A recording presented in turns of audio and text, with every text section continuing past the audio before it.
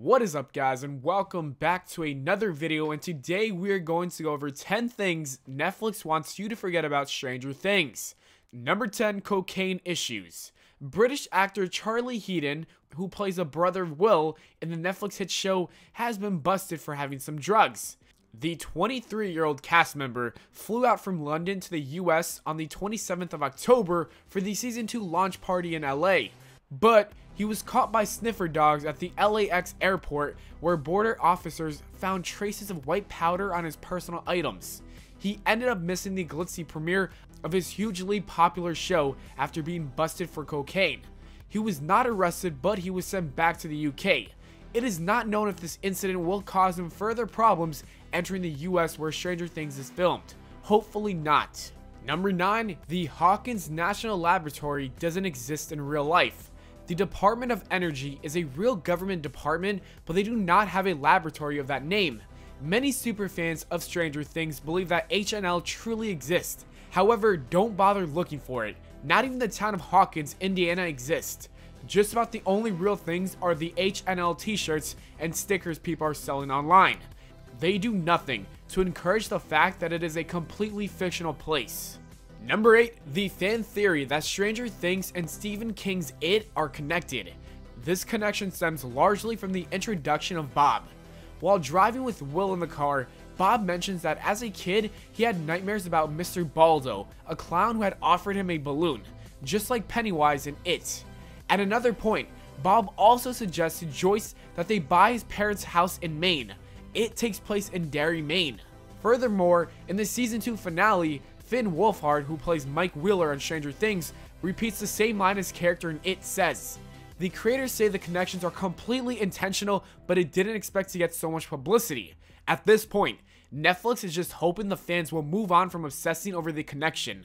Number 7, Stranger Things failed to pick up a single Emmy Award despite 5 nominations. The Emmy Awards has a history of handing out the evening's biggest prize to those television shows that become a must-see cultural phenomenon. Perhaps that is the reason many expected a sleeper hit of 2016 Stranger Things to be awarded the trophy for Outstanding Drama Series.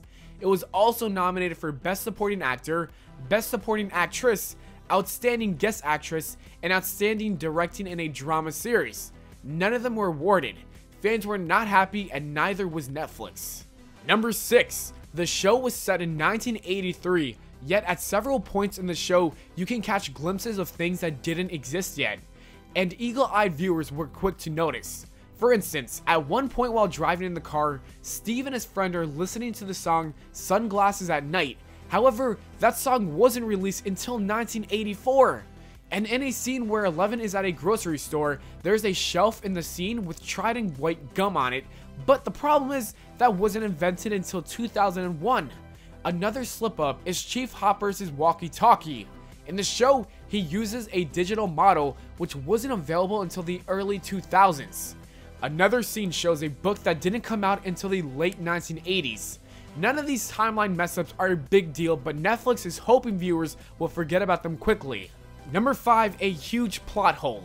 When Will goes missing, the police go on a manhunt to find him. It is all over the news media, and the state police later finds his fake body. The community attends his funeral, everyone sees the body, and the school holds a rally with hundreds of students in attendance to mourn his death. After Will is rescued and recovers, he simply returns to life as a normal boy in the community. Now I get that Hopper and the other main cast members made a deal with Hawkins Lab not to speak about what happened. However, how are we supposed to believe that the entire town is just gonna act like a boy being brought back to life is no big deal and just move on with business as usual? No questions asked. It just doesn't make sense, Netflix. It just doesn't make sense. Number 4, restaurant owner Benny. The bad men from Hawkins Lab immediately killed Benny after he calls social services on Eleven. How come the others who cross paths with Eleven don't meet the same fates? What reason did they have to kill Benny so quickly, and then they suddenly switch strategies to the point where Hopper breaks into their facility, kills their staff, and he just gets a needle in the neck? The sedative they give him doesn't even induce amnesia. Netflix is hoping that fans forget about this quickly. Number 3, another mistake noticed by viewers that Netflix is hoping we will forget about are the kids' bicycles. Since many of the main characters are children, their main mode of transportation are bicycles. In night scenes, all the bikes have a bright white light on the front of them, illuminating the kids as they ride. In the day scenes, those lights are clearly the color orange. Film crews do use an orange gel on lights to balance them out, but it looks like they forgot to take the gels off for the day shoots. You can even see the tape holding them in some scenes. Number 2, fraternal twin brothers Matt and Ross Duffer, known as the Duffer Brothers, are the writers and the creators of Stranger Things. What Netflix wants you to forget about is that the show is set in the early 1980s and is written by two people who have no memory of that time period.